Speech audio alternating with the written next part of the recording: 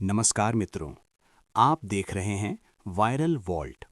ये चैनल है उन कहानियों के लिए जो रात को सुनने से मन को शांति देती हैं, जो धर्म से जोड़ती हैं, जो जीवन का सच्चा अर्थ सिखाती हैं।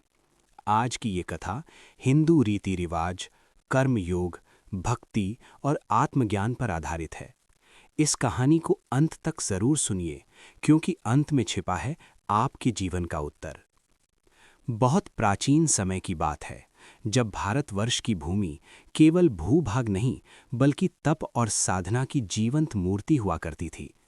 उसी भूमि पर सरयू नदी के किनारे एक छोटा सा गांव था, जिसका नाम था शांति नगर।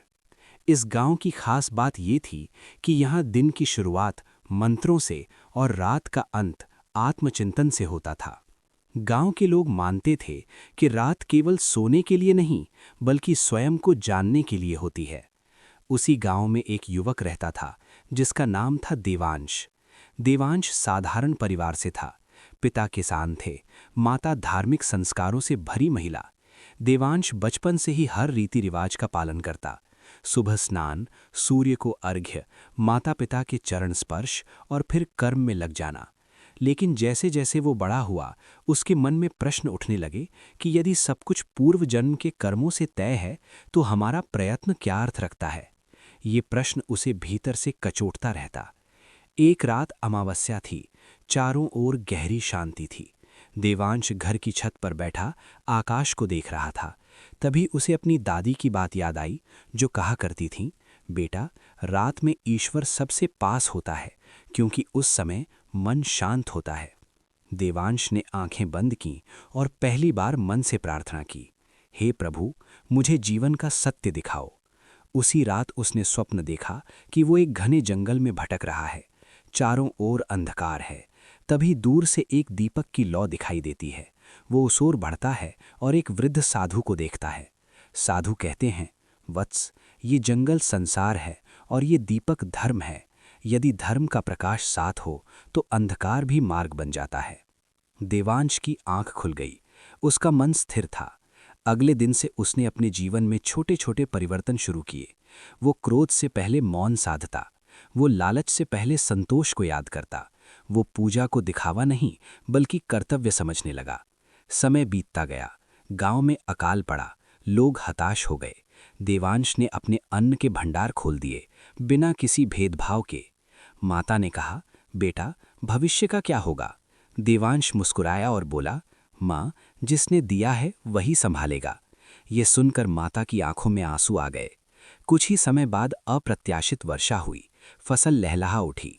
गांव वालों ने कहा, ये देवांश के पुण्य का फल है। लेकिन देवांश जानता था, ये केवल ईश्वर की कृपा है। एक दिन गांव में एक अहंकारी विद्वान आया, जिसने शास्त्रों का ज्ञान तो बहुत रखा था, लेकिन करुणा नहीं।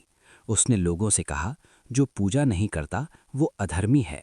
देवांश ने विनम्रता से कहा, आचार्य, यदि भूखे को भोजन देना पूजा है तो क्या वो अधर्मी है। विद्वान निरुत्तर हो गया। उस दिन देवांश को समझ आया कि सच्चा धर्म कठोर नहीं, करुणामय होता है।